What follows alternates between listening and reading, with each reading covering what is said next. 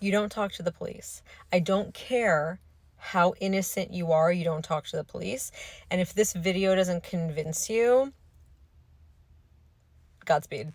About a year ago, I get a call from an old client's buddy saying, a detective has called me. He wants to talk to me about something. Do you think I should go? And I said, absolutely not. You give him my phone number, and I'll handle it. The guy tells me up and down, I have nothing to hide. I've not committed any crime. It's him and another guy. Okay. Both of them innocent. Both of them are not guilty of any crime. I'm telling you that. Take my word for it. You'll see everyone will end up agreeing with me, but both of them are innocent. And he said his friend got a call too from the detective, and they're both engaged in the same business. And I was like, tell your friend not to talk as well. I'm not his lawyer, but tell your friend not to talk. And my client was adamant. He's like, I haven't done anything wrong. Like, I can just talk. I was like, you are welcome to do whatever you want, but if you want to hire me, we're not cooperating. Okay? We're cooperating. We're going to go down to the station, but you're not saying a word. Long story short, we go down to the station. They tried everything to get my client to talk. And I kept saying, he's got nothing to say, he's got nothing to say. They even put us in another room so that we can talk, just the two of us. It was in their lunchroom so that there's no cameras and we can speak freely and blah, blah, blah. Because maybe your client wants to talk and he just can't talk in front of me, so let's do that. Then at the end, the cop tries to pull me into like his little cubicle. All right, I'm not supposed to show you this, but here's what I have. And if your client doesn't talk, I have an appointment to talk to the other guy tomorrow, and he's already told me everything. Okay? I'm just going to have him say it on the record tomorrow. And if he talks, then your client's fucked. And also, I already have enough to arrest him today if I wanted to. I'm just giving him an opportunity to flip on the other guy. And I was like, well, what's it to you? What's it to you which one of these guys gets flipped on? I like you and I'm just trying to help out your client. I'm like, does this fucking guy think it's my first day? It's not my first day. So he's going through like what he thinks he has against my guy. And I was like, are we reading the same thing? I was like, this is not a crime. None of this amounts to a crime. It's a business, just so you know. It is a business that this officer clearly was not familiar with. He's not familiar with how the business works, and he thought that whatever it was illegal. And I'm like, this is a perfectly legal business.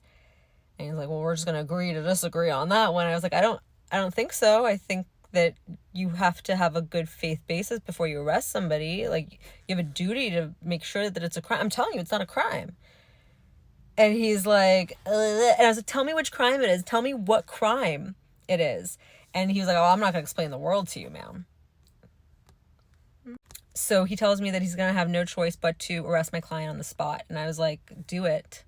And then we'll bond out and we'll figure this out. But he's not saying anything to you.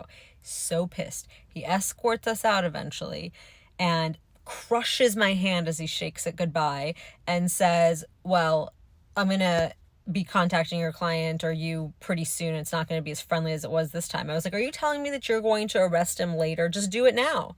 I've got paperwork to do. Okay. All right. You have enough to arrest him right now. You don't need to wait to talk to the other guy, but you're just paperwork. So you're just going to do it like, okay. Long story short, the other guy went in. The other guy talked. The other guy got arrested. Because all they needed was a verbalized like admission that yes, I am engaged in this activity that's perfectly fucking legal. And whatever that guy said still wasn't enough to arrest my client, because they needed my client to say, yes, I'm engaged in this activity. That guy got arrested. And today his charges were finally dropped.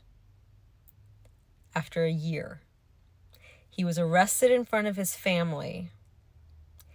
He had to post a bond, a very high bond, because it was a first-degree felony he got charged with.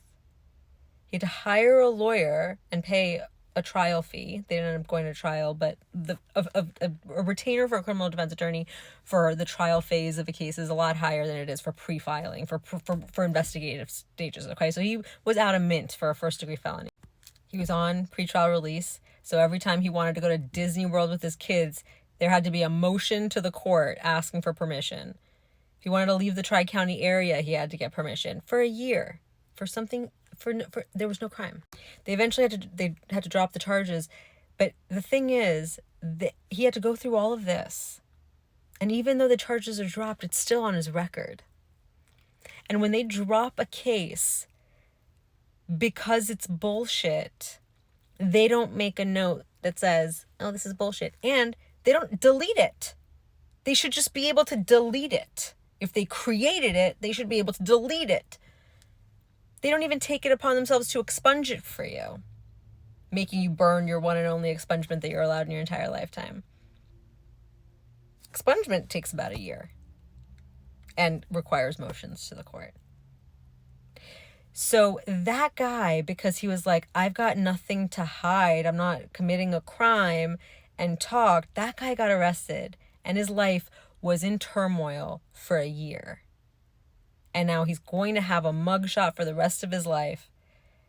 And this case will come up, a first-degree felony, every time his background is run. And my client didn't fucking talk. And they never fucking arrested him. So if this doesn't convince you, I don't have anything else to say to you. Whatever, goodbye.